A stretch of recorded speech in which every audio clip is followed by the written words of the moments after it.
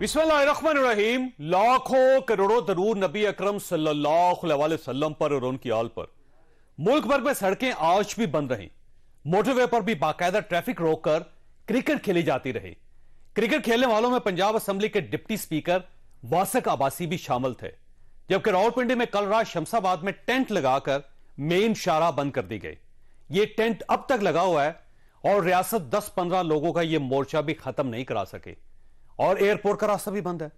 लेकिन वफाकी हुकूमत धमकियां देने के अलावा कुछ नहीं कर। सूबाई हुकूमतें जो हैं उनकी जिम्मेदारी है कि वो आमदोरफ्त के रास्ते जो हैं उनको खुला रखें। आज वजारत दाखिला ने इन राइटिंग ये जिम्मेदारी सूबाई हुकूमतों को याद दिलाई है। सूबाई हुकूमतें अपनी आईनी और कानूनी जिम्मेदारी पूरा करें। अगर उन्होंने इस बात को सीरियसली न जाना तो इसके कॉन्स्टिट्यूशनल कॉन्सिक्वेंसेज होंगे। मैं अदालत उज़्मा और अदालत है आलिया, इसमें Peshawar chief justice Peshawar high court, chief justice Islamabad high court और chief justice Lahore high court से मेरी ये गुजारिश है कि कल को ये रिलीफ लेने के लिए आपके पास ये पहुंचेंगे, आप इसका नोटिस लें। शायर राना सनाउल्लाह केपी के और पंजाब हुकूमत को गवर्नर राज की धमकी दे रहे हैं।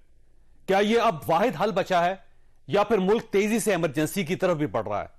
क्योंकि यह अफवाह भी गर्दिश कर रही है कि अगले चंद दिनों में इमरजेंसी भी नाफिज हो सकती है। क्या यह मुमकिन है? हम आज के शो में यह भी डिस्कस करेंगे। और वजीर आजम ने चीफ जस्टिस ऑफ पाकिस्तान को इमरान खान पर हमले पर फुल कोर्ट कमीशन बनाने के लिए दूसरा खत लिख दिया। खत में 5 नकात उठाए गए। वजीर आजम ने पूछा, कारवान की हिफाजत की जिम्मेदारी कौन से कानून नाफिज करने वाले इदारों की थी? क्या हिफाजती एसओपीज पर अमल किया गया? हादसे के अपने हकाइक क्या हैं? एक से ज्यादा शूटर की मौजूदगी, जवाबी फायरिंग, मजमूई तौर पर निशाना बनने वालों की तादाद और इनके जख्मों की नोयत के हकाइक क्या हैं? इमरान खान ने भी, आपको याद होगा, इस प्रपोजल से इत्तफाक किया था। ये अभी शहबाज शरीफ ने बात की जुडिशल कमीशन की, तो मैं वेलकम करता हूं कि जुडिशल कमीशन बना। लेकिन मेरा पहला पॉइंट ये है, हम कैसे एक साफ और शफाफ इन्वेस्टिगेशन करवा सकते हैं जब उनके सरबराह वो बैठे हुए हों जिनके नीचे लोगों ने इन्वेस्टिगेट करना है। इसलिए मैंने ये कहा था कि ये 3 रिजाइन करें ताकि इन्वेस्टिगेशन सही हो सके। ये कमीशन क्यों नहीं बन रहा और पंजाब पुलिस ने कल रात इमरान खान पर हमले के खिलाफ FIR दर्ज कर दी, मगर PTI इस FIR को कागज का टुकड़ा करार दे रही है। FIR इतना बड़ा मसला क्यों बन गई है, हम ये भी डिस्कस करेंगे। हमारे साथ रहिएगा। गली गली की सीधी सादी खुशी है सुपर। प्रोग्राम में दोबारा खुश आमदीद। हमारे साथ फवाद चौधरी साहब हैं प्रोग्राम के पहले हिस्से में, और उसके बाद हमारे 3 सहाफी दोस्त हमारे साथ होंगे। चौधरी साहब, आपका बहुत बहुत शुक्रिया। ये फरमाइए सर, ये वज़ीर आज़म की तरफ से खत लिख दिया गया चीफ जस्टिस ऑफ पाकिस्तान को एक फुल कोर्ट कमीशन बनाने की दरख्वास्त की गई है, तो आपका क्या ख्याल है कि अब ये मामला सेटल हो जाएंगे और आपके लिए एक्सेप्टेबल है ये? अच्छा, सबसे पहले तो मैं आपसे कहना चाहता हूं कि जो आपने पहले प्रोटेस्ट के ऊपर बात की है, वो उसके ऊपर जरा मेरी एक ऑब्जर्वेशन है कि देखिए, पाकिस्तान के सबसे बड़े लीडर के ऊपर कातिलाना हमला होता है, उसकी FIR तक रजिस्टर नहीं होती। उसके बाद एविडेंस जो है उसको मिटाने की कोशिश की जाती है।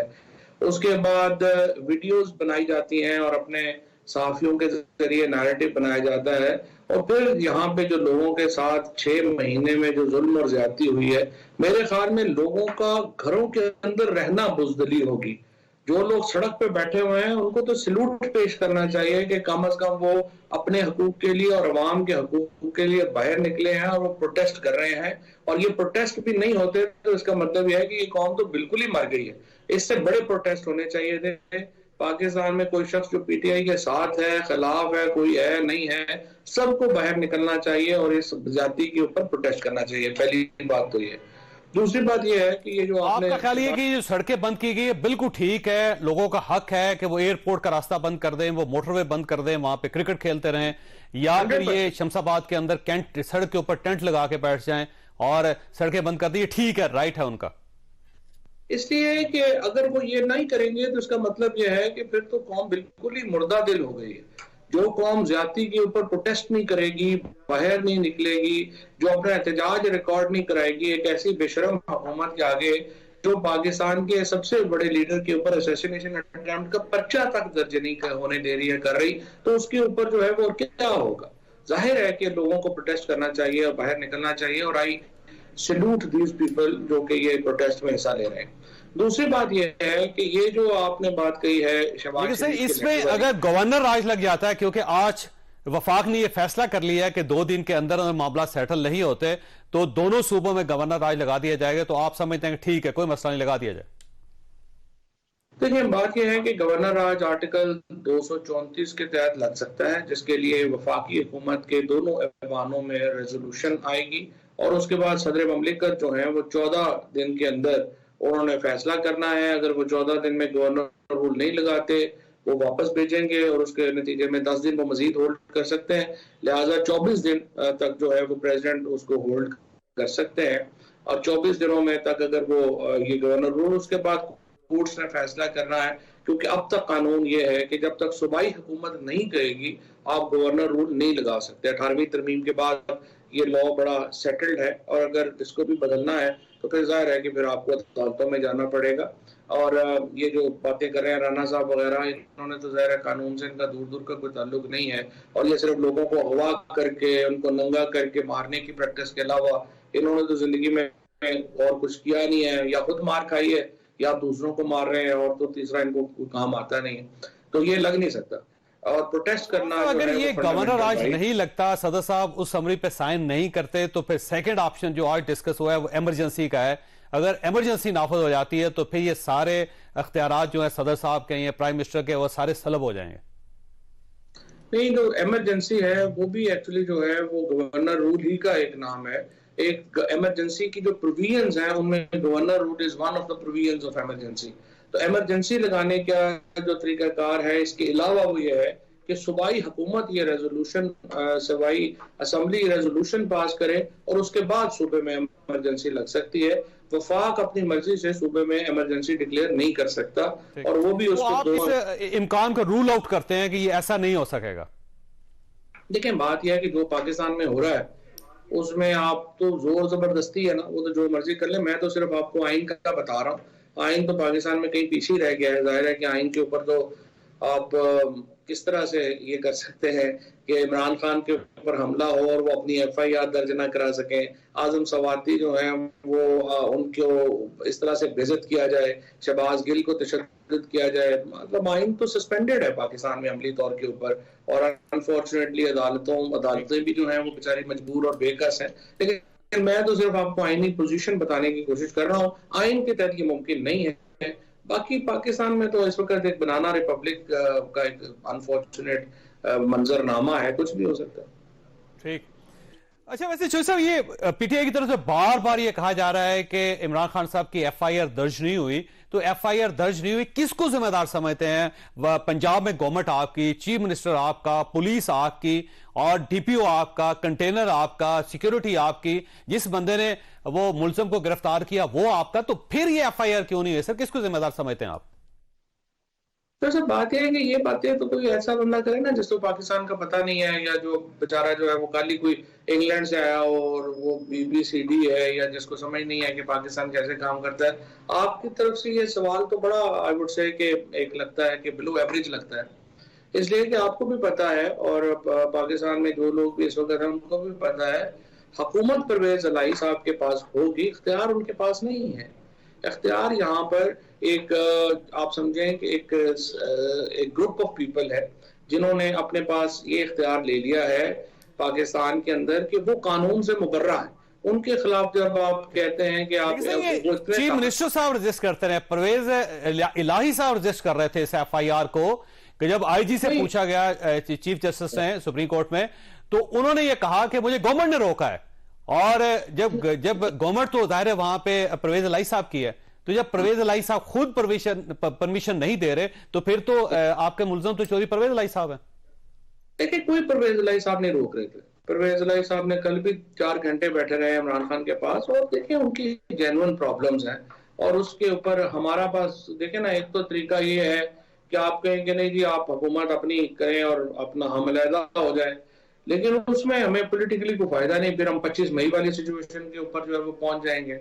और दूसरा तरीका ये है कि चलें आप गुजारा करें, तो वो गुजारा कर रहे हैं। इख्तियार तो चौधरी साहब के पास जो है वो ये नहीं है कि वो इमरान खान की कत्ल की FIR करा सकें या नहीं करा सकें। IG और DPO ने इख्तियार किसके पास है फिर पंजाब में सर? IG और DPO ने सर पंजाब में इख्तियार फिर किसके पास है? IG और DPO ने तो सीधा सीधा ही आगे कह दिया कि हमारे छोटे छोटे बच्चे हैं और मेहरबानी करें हमारे से ये FIR नहीं हो सकती। और हालत आपकी भी है चॉइस साहब कि आप तो देखें अभी नाम भी आप नहीं चला सकेंगे। मैं नाम लूं आपका नाम प्रोग्राम सस्पेंड हो जाएगा और आपका अपना बुरा हाल हो जाएगा, पसीने आ जाएंगे आपको। तो वो बातें करनी चाहिए ना जो आप कर सके। जो बातें आप कर ही नहीं सकते तो उसके ऊपर क्यों आप अपना टाइम भी जाया कर रहे हैं? सर बात यह है कि जब आपका दौर था चौधरी साहब, आपकी गवर्नमेंट थी, मियां नवाज शरीफ साहब ने गुजरांवाला में जनरल फैज साहब का नाम लिया था, जनरल बायो साहब का नाम लिया था, आपने वो चलने नहीं दिया था सर। उस वक्त आप जरा थोड़ा सा पीछे करें, अपने रिवाइंड करें जरा अपने आपको। हमने नहीं चलने दिया था, जिन्होंने उस वक्त नहीं चलने दिया था उन्होंने अभी नहीं चलने दिया। तो इशू ये है, बेसिकली इशू बात यह है कि पाकिस्तान के अंदर एक आप कंप्रोमाइज सिस्टम का हिस्सा है। आप भी उस सिस्टम में बैठे हुए हैं, आप उस सिस्टम को प्रमोट भी करते हैं, आप उस सिस्टम के साथ बैठे हुए हैं और आप सिर्फ फैशन से अगर आके यहाँ पे ये कहें कि नहीं ये बात ऐसे नहीं है वैसे नहीं है और मैं वो ऐसे लोगों को बेवकूफ बनाने की क्या। लेकिन सर देखिए इमरान खान साहब तो ताजा तरीन उनके ख्यालात हैं सर। उन्होंने कहा है कि मैं बेख्तियार हुकूमत नहीं लूंगा। तो पंजाब के अंदर आप अगर इतने बेख्तियार है तो यहां पर क्यों कंप्रोमाइज कर रहे हैं सर? कम से कम बेख्तियारी को यहां से तो ठोकर मारे, आप यहां से ठुटा मारे उसको। बेख्तियार होने में और बेवकूफ होने में तो फर्क है ना। हम आप समझ रहे हैं कि हम ये करें कि हम 25 मई के सिचुएशन में वापस चले जाएं पंजाब में? हम क्यों चले जाएं? जाहिर है कि पंजाब की हुकूमत की हमारे लिए कोई हैसियत नहीं है, KP की हुकूमत की हमारे लिए कोई हैसियत नहीं है और हम तो मुल्क में नेशनल इलेक्शन चाहते हैं और हम चाहते हैं कि एक फ्रेमवर्क के अंदर ये दोनों असम्बलियां, सिंध असम्बली जो है वो तोड़ी जाए और मुल्क में कौमी इंतखाबात करवाए जाए।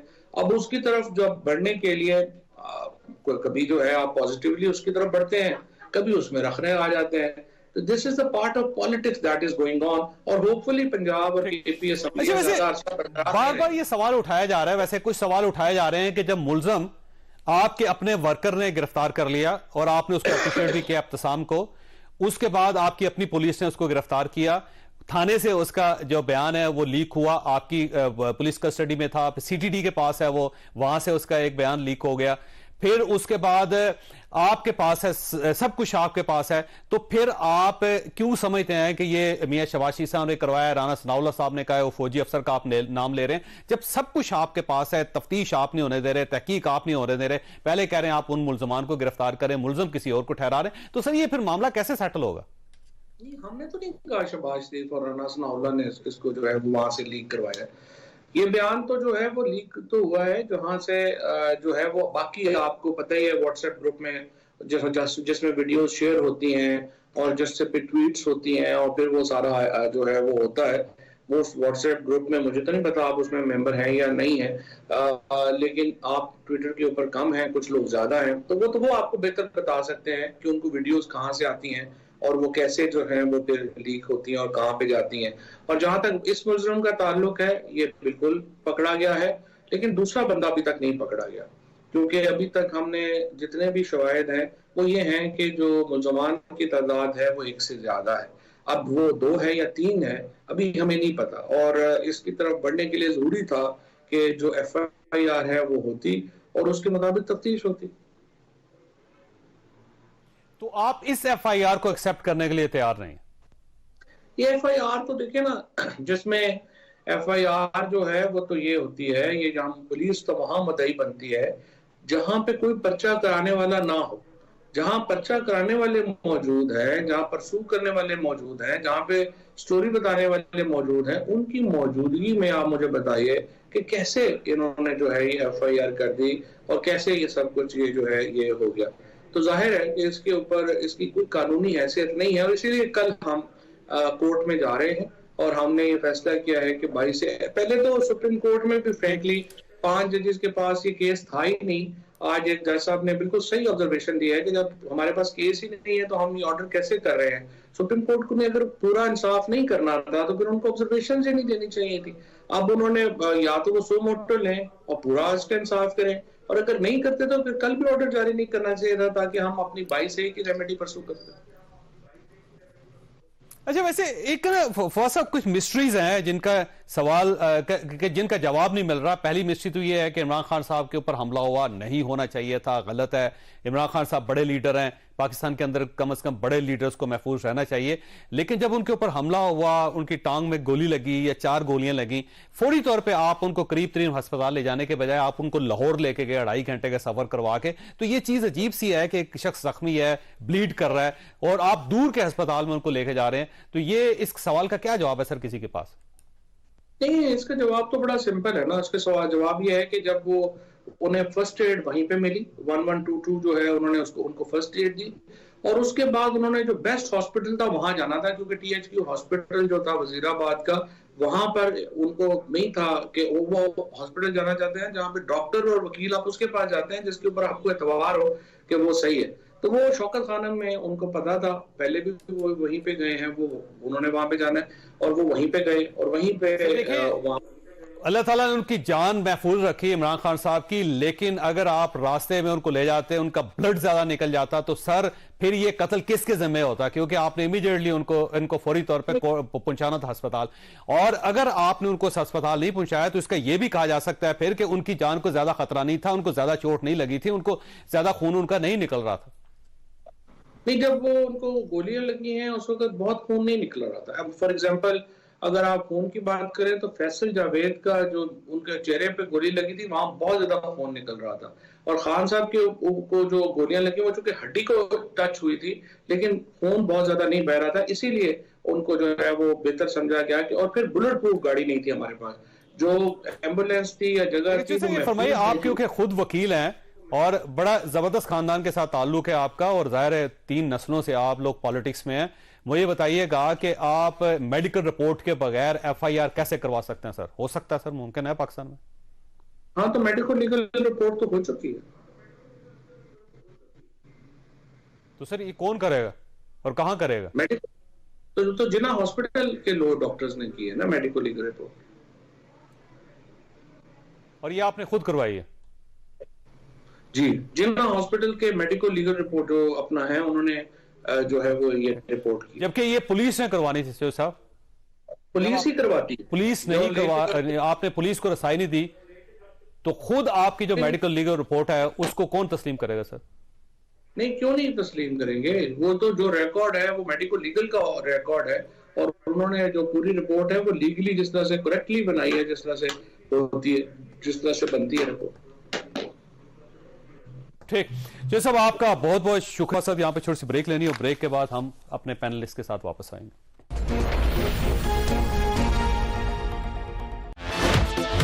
गुगली गली की सीधी सादी खुशी है सुपर। प्रोग्राम में दोबारा खुशामदीद। हमारे साथ तशरीफ रखते हैं आमर इलियास राना साहब, सीनियर सहाफ़ी हैं। वकार सती साहब, आप इनको बड़ी अच्छी तरह जानते हैं, सीनियर सहाफ़ी, और इनका तारुफ ये भी है कि इमरान खान साहब ने पिछले दिनों जो जिन 3 सहाफ़ियों पर मेहरबानी की थी उसमें वकार सती साहब भी शामिल हैं, और अतर काज़मी साहब तजियाकार हैं, हमारे सहाफ़ी दोस्त हैं। काज़मी साहब, सबसे पहले आपकी तरफ होंगे, ये फरमाइए सर, ये वज़ीर-ए-आज़म ने खत लिख दिया है फुल कोर्ट कमीशन के लिए, अब तो मेरा ख्याल है ये मसला सेटल हो जाना चाहिए, कोर्ट को सामने आना चाहिए और एक कमीशन बन जाए जिसमें ज्यादातर मैक्सिमम जजेस हों, और वो फिर एक रिसर्च करके एक तहकीक करके रिपोर्ट जारी कर दे, तो मेरा ख्याल उससे मामला सेटल हो जाएंगे। देखिए, ऑब्वियसली मुल्क की सबसे बड़ी आईनी अदालत है, अगर हम उसकी तरफ जाएंगे तो उसके ऊपर तो सबको इत्मीनान करना पड़ेगा, लेकिन इसमें 2-3 चीजें। एक तो ये है कि फुल कोर्ट कमीशन, आप भी अरसा दराज से सहाफत कर रहे हैं, आज तक आपने ये इस्तिलाह पहले कभी सुनी है कि सुप्रीम कोर्ट का कमीशन और वो भी फुल कोर्ट?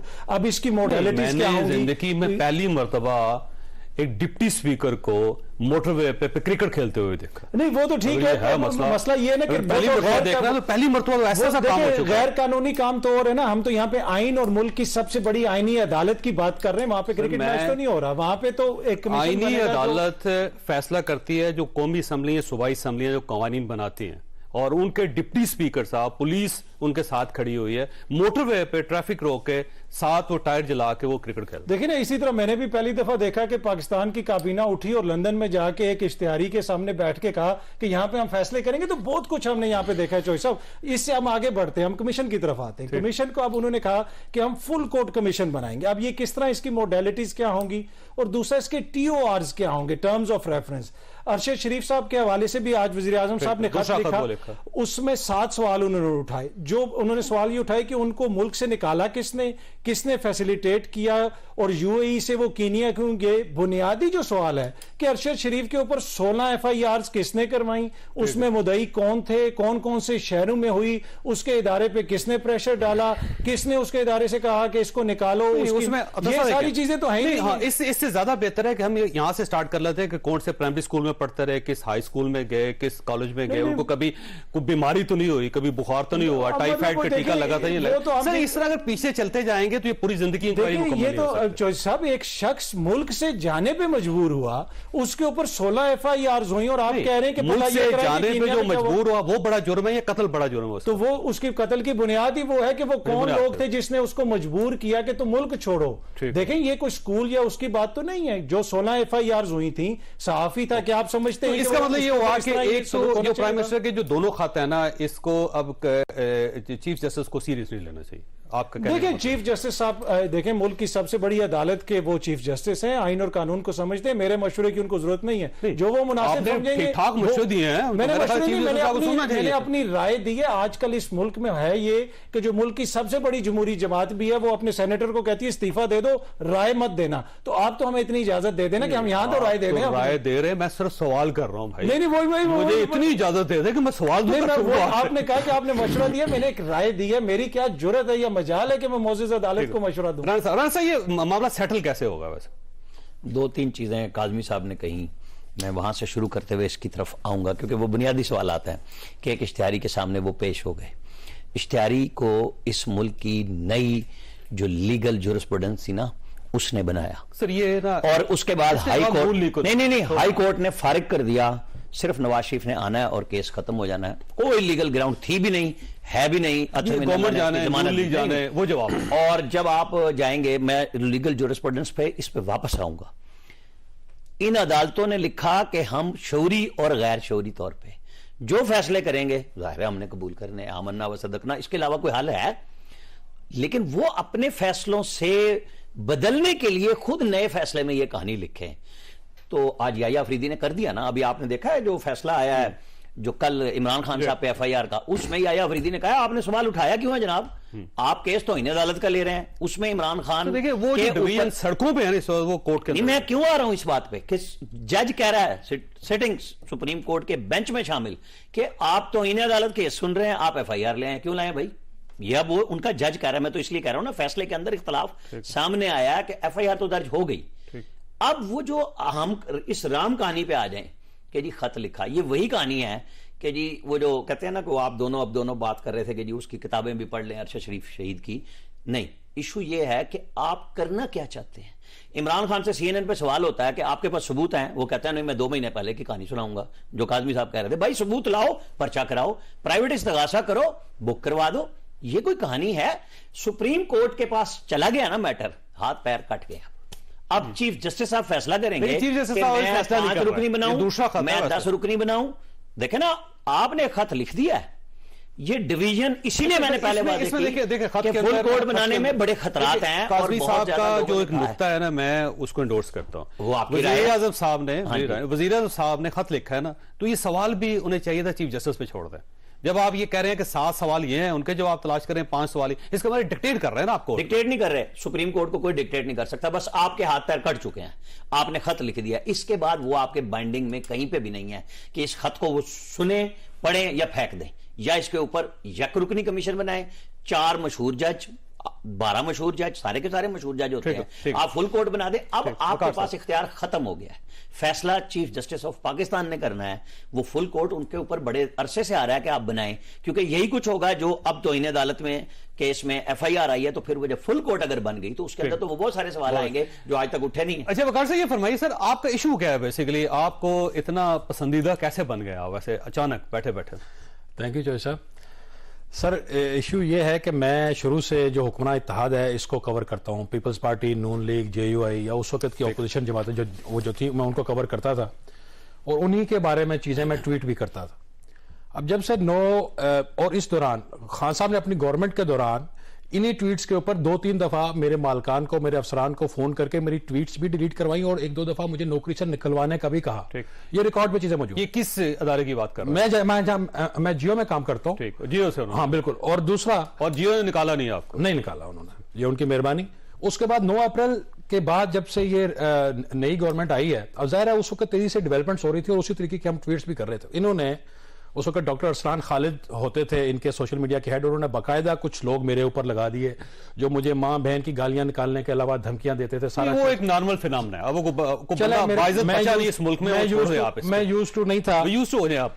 और उसके बाद ये हुआ सर कि अब जो नया इन्होंने जो मेरे बारे में कहा, इसकी मैं आपसे 2 मिनट लेके मैं आपको बताऊं। 14 अगस्त को लाहौर में इन्होंने एक जलसा किया, उसमें एक दीनी हवाला इन्होंने दिया कि वो किसी खादम ने किसी शहजादे को थप्पड़ मारा।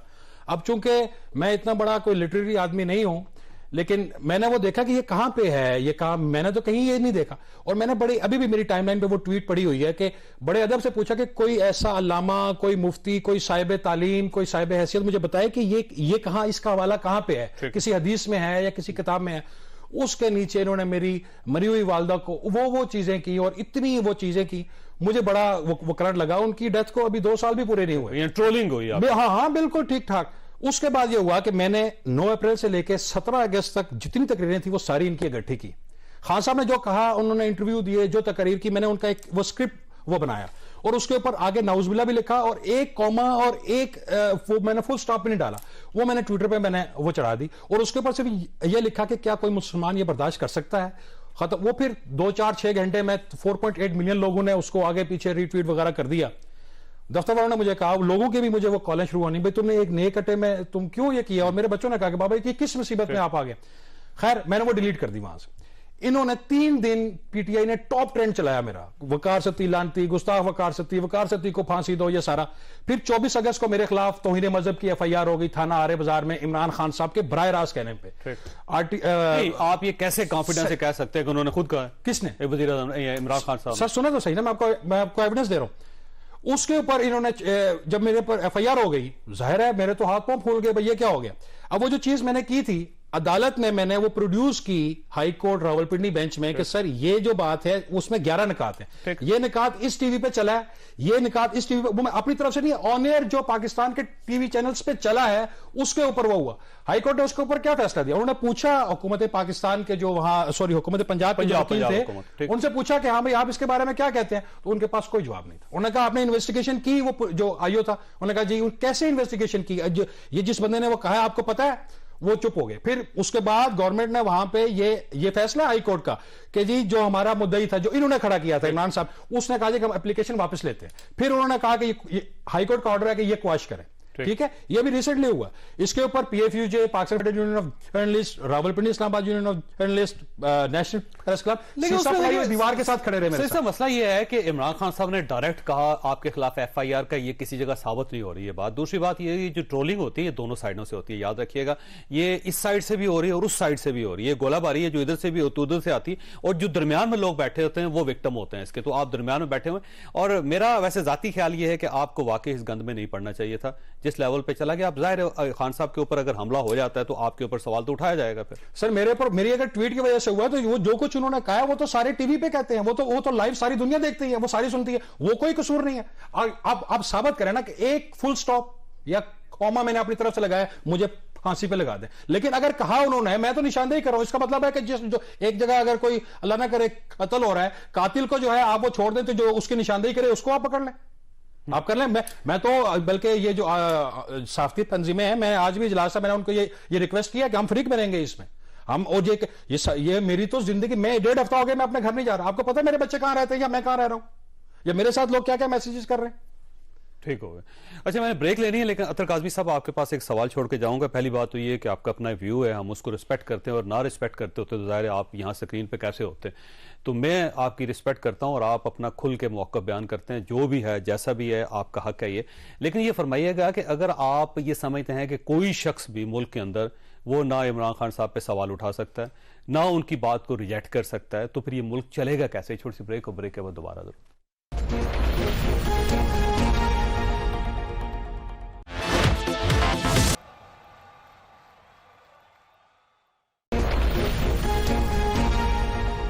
प्रोग्राम में दोबारा खुशामदीद। काज़ी साहब देखिए, मसला सिर्फ ये है कि आप बोलते हुए एहतियात नहीं करें। इमरान खान साहब की बात कर रहा हूं मैं, ठीक है। दूसरी साइड पे भी आप, इस साइड से राना सनाउल्लाह साहब को कह रहे हैं, जब आप बोलते हुए एहतियात नहीं करेंगे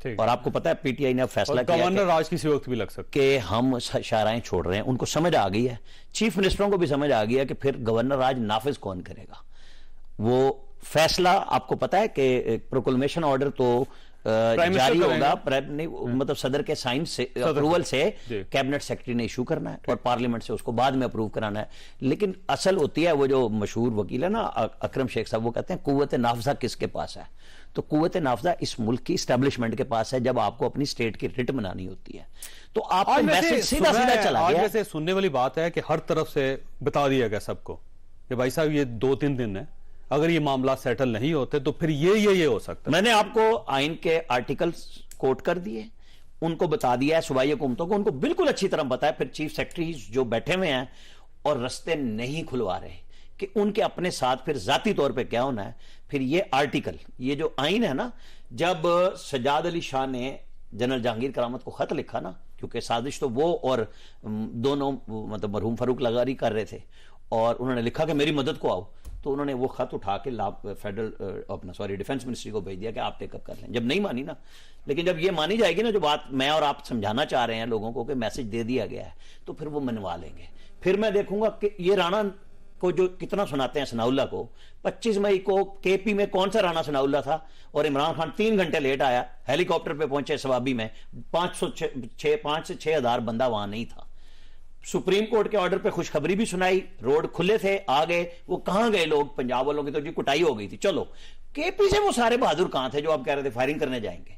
मतलब मैं कोई ये बात नहीं कर रहा, मुझे सिर्फ बताएं केपी वाले नौजवान, जवान, बूढ़े वो कहां थे 25 मई को, जब इमरान खान साहब देख के कि ना आगे ना पीछे, मैं वापस। ये कहानियां इतनी की हैं। और जब जिन जवानों के ऊपर आप इस वक्त हम ट्रोलिंग कर रहे हैं, उस फौज की सिर्फ अपने मकसद के लिए, वो बयान देते हैं नवाज शरीफ का, मरियम का, बिल्कुल जिसने किया, जब जो किया, नाम किया, फौज की ट्रोलिंग नहीं हुई, वहां शख्सियात की हुई। आप और हम इस पे बहस कर सकते हैं वो ठीक थी नहीं थी, लेकिन खुदा ना खास्ता जो आज आप काम करने जा रहे हैं उस पे इंडिया पहले कभी खुश नहीं हुआ जो आज हो रहा है। ठीक है, वक्त खत्म हो गया। ख्वाजा साहब, आपने गुफ्तगू सुनी, फैसला आपने खुद करना है, लेकिन आखिर में मेरी सिर्फ इतनी दरख्वास्त है कि सड़कों का कोई कसूर नहीं होता, सड़क हर शख्स की होती है और हर शख्स का राइट है। और अगर स्टेट ही खुद सड़कें बंद करके बैठ जाएगी तो फिर राइट कहां होगा, स्टेट कहां होगी? अल्लाह ताला आप